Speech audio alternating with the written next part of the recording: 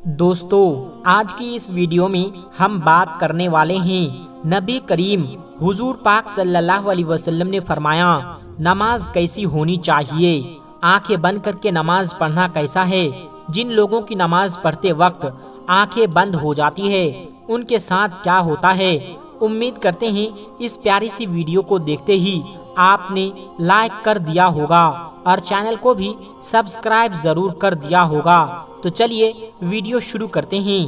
دوستو، اگر کوئی مجھ سے سوال کرے کہ نماز کیسی ہونی چاہیے تو میرا جواب ہوگا کہ نماز صحابہ جیسی ہونی چاہیے۔ آپ سوال کریں گے کہ صحابہ کی نماز کیسی تھی، تو یہ بھی سن لیجئے اور اپنا ایمان تازہ کیجئے۔ حضرت ابو دردہ روایت کرتے ہیں کہ ایک رات میدان جنگ میں دو صحابہ ایک پہاڑ پر نگرانی کر رہے تھے۔ انہوں نے پہرا دینے کے لیے باری مقرر کی۔ ان میں ایک صحابہ محو استراحت ہو جاتے ہیں اور دوسرے نماز شروع کر دیتے ہیں۔ دور سے کسی دشمن نے دیکھا، نشانہ لگا کر ان کی طرف ایک تیر مارا۔ تیر آ کر ان کے بدن پر لگ گیا، جسم اور کپڑے خون میں تر ہو گئے، مگر نماز اسی طرح قائم رہی۔ انہوں نے نماز مکمل ہونے کے بعد اپنے ساتھی کو بیدار کیا اور پورا معاملہ سنایا۔ وہ دوسرے صحابی کہنے لگے، ارے یہ کیا، تم نے مجھے اس وقت کیوں نہیں جگایا؟ تو فرمانے لگے، میں نے ایک پیاری سی سورت شروع کر دی تھی اور میرا دل نہ چاہا کہ میں اسے ختم کیے بغیر نماز توڑ دوں۔ صحابہ ساری رات نماز پڑھتے، عبادت کرتے۔ بعض مرتبہ یہ ہوا کہ جو کہ عبادت بہت زیادہ بڑھ گیا، کئی صحابہ نے تو راتوں کی نیند مکمل طور پر ترک کر دی۔ اس پر حضور پاک صلی اللہ علیہ وسلم نے انہیں اعتدال کی تلقین فرمائی۔ حضرت ابو دردہ کا یہ عالم تھا کہ وہ ساری رات بیدار رہتے تھے۔ ایک مرتبہ حضرت سلمان فارسی ایک رات ان کے مہمان ہوئے تو اول شب میں انہیں آرام کے لیے کہا اور تہجد کے وقت انہیں بیدار کیا اور کہا، اٹھو اور اب نماز کا وقت ہے۔ ایک اور صحابی رسول تھے جو ساری رات عبادت میں گزارتے تھے۔ حضور پاک صلی اللہ علیہ وسلم نے ان سے فرمایا، تمہارے جسم کا بھی تمہارے حق ہے، نماز بھی پڑھو اور آرام بھی کرو۔ خود اللہ کے رسول حضرت محمد صلی اللہ علیہ وسلم کی پیاری بیٹی فاطمۃ الزہرا کی نماز کے بارے میں آتا ہے کہ آپ ایک رات 2 رکعت نماز کے لیے کھڑے ہو گئی اور نماز میں قرآن پڑھنا شروع کر دیا۔ شروع سے قرآن پڑھا، اتنے میں کیا دیکھتی ہے کہ صبح کی اذان کا وقت ہو گیا ہے، تو اس وقت وہ قرآن کی آخری آیت پڑھنے لگی۔ جب 2 رکعت مکمل کر لی تو صبح کا وقت ہو گیا۔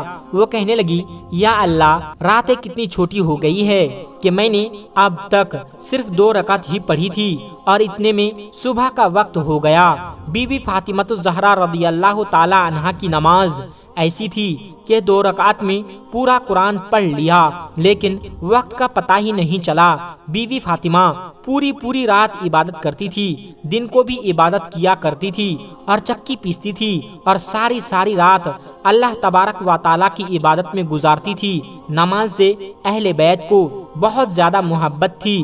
امام حسین جب شہید ہوئے تو ان کا سر مبارک سجدے میں تھا۔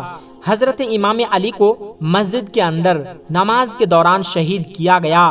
حضرت امام علی فرماتے ہیں کہ مجھے 2 چیزیں بہت ہی زیادہ پسند ہے، پہلا گرمی کے موسم میں روزہ رکھنا اور دوسرا ٹھنڈ کے موسم میں فجر کی نماز ادا کرنا۔ حضرت امام حسن بیان کرتے ہیں کہ حضرت عمر ایک بار نماز پڑھ رہے تھے، جب اس آیت پر پہنچے، بلا شک و شبہ تیرے رب کا عذاب واقع ہو کر رہے گا، اس کو کوئی دفع کرنے والا نہیں ہے، تو وہ اس قدر روئے کہ ان کی آنکھوں میں تکلیف ہونی شروع ہو گئی۔ ایک بار فجر کی نماز میں سورہ یوسف پڑھنا شروع کی اور جب اس آیت پر پہنچے، یوسف کی جدائی میں یعقوب کی آنکھیں روتے سفید پڑ گئی اور وہ اندر ہی اندر گھٹنے لگے اور زار و قطار رونے لگے، یہاں تک کہ قرأت جاری رہنا مشکل ہو گیا تھا۔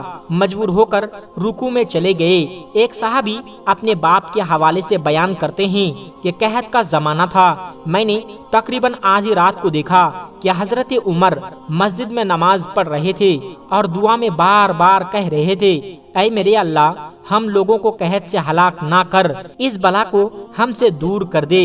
تو دوستو، یہ ہوتے ہی نماز، راتوں کو اٹھ اٹھ کر اللہ کی عبادت کرنا، نماز میں اللہ کا خیال ہونا چاہیے، اور نماز آنکھیں کھول کر پڑھنی چاہیے، اور آنکھیں بند کر کے نماز پڑھنا ٹھیک نہیں ہے۔ اہل علم بلا وجہ نماز میں آنکھیں بند کرنے کو مکروہ کہتے ہیں۔